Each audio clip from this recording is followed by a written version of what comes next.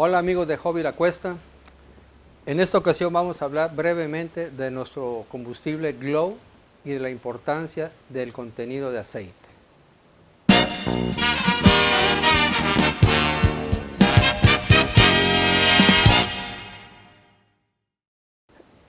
Desde hace muchos años estamos acostumbrados a usar combustible Glow que contiene metanol, nitrometano y aceite. Pero debemos recordar que no en todas partes del mundo se usa nitrometano. Hay un combustible Glow que se llama FAI, que únicamente es metanol y el aceite. Si usamos un combustible al 20%, significa que el 20% del galón es aceite y el 80% es metanol. Eso se usa mucho en Europa por el costo prohibitivo del nitrometano.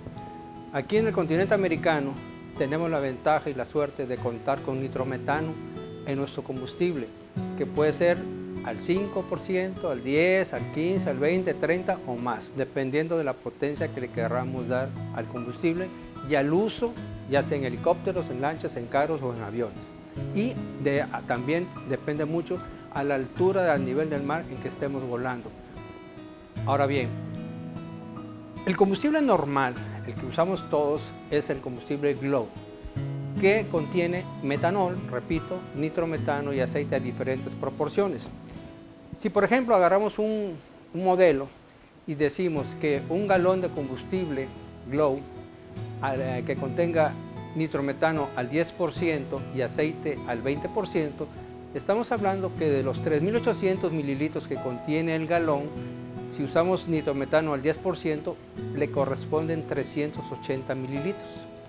Si usamos el aceite al 20%, el contenido en aceite es de 760 mililitros. 760 más 380 nos da 1140. Quiere decir que le restamos a los 3.800 los 1.140 y resulta que tenemos 2.660 mililitros de metanol. Eso es en el ejemplo de un galón de combustible al 10% de nitro y 20% de aceite. Ahora bien, depende qué tipo de aceite usemos. Antiguamente el aceite por excelencia era el aceite de castor y actualmente se están usando aceites de tipo sintético. Pero no todos los sintéticos ni el castor tienen las mismas propiedades. Por ejemplo, el aceite sintético normal, digamos común y corriente, tiene un punto de evaporación y que se empieza a quemar a los 232 grados centígrados. El aceite sintético marca Clos también se evapora y se quema, pero un poco más alto, a 265 grados centígrados. Y el aceite de castor todavía tiene un punto de ignición más alto todavía, 280 grados centígrados. ¿Qué significa esto?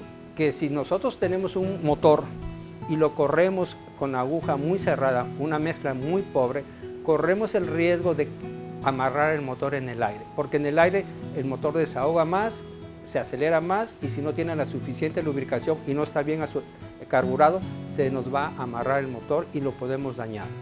Ahora bien, si usásemos el aceite sintético normal, el motor me va a permitir cuando mucho los 232 grados. En cambio, si uso el aceite sintético Clos, me va a permitir un vuelo un poquito acelerado a 265 grados sin dañar el motor. Y si usáramos únicamente aceite de castor, como acabamos de decir, el punto de ignición del aceite y que deja de tener sus propiedades lubricantes es de 280 grados centígrados. Ahora, ¿por qué ya no usamos tanto aceite de castor y ahora se favorece el aceite sintético? Porque el castor produce más carbón, el castor produce un residuo o barniz que ensucia y hace que las superficies internas del motor se impregnen de lo mismo, igual que las superficies externas, por lo cual nos queda muy sucio por fuera del motor. Entonces lo que se recomienda es, si yo voy a usar un combustible al 10, al 15 o al 20% de nitrometano y me decido por el aceite, yo tengo que escoger un combustible que tenga mínimo 18% de aceite, máximo 20% de aceite. Y si el aceite es sintético, yo me debo de asegurar que sea un sintético Clos porque tiene el punto de ignición más alto. También es recomendable usar un poquito más de aceite de castor en ese combustible que ya viene hecho de fábrica. Entonces, se dice que, digamos, el modelo que hace rato comentábamos, que si yo usaba un galón al 20%, de esos 760 mililitros de aceite que le corresponden al galón, el 10%, o sea, 76 mililitros, usarlo de castor y el resto de aceite sintético.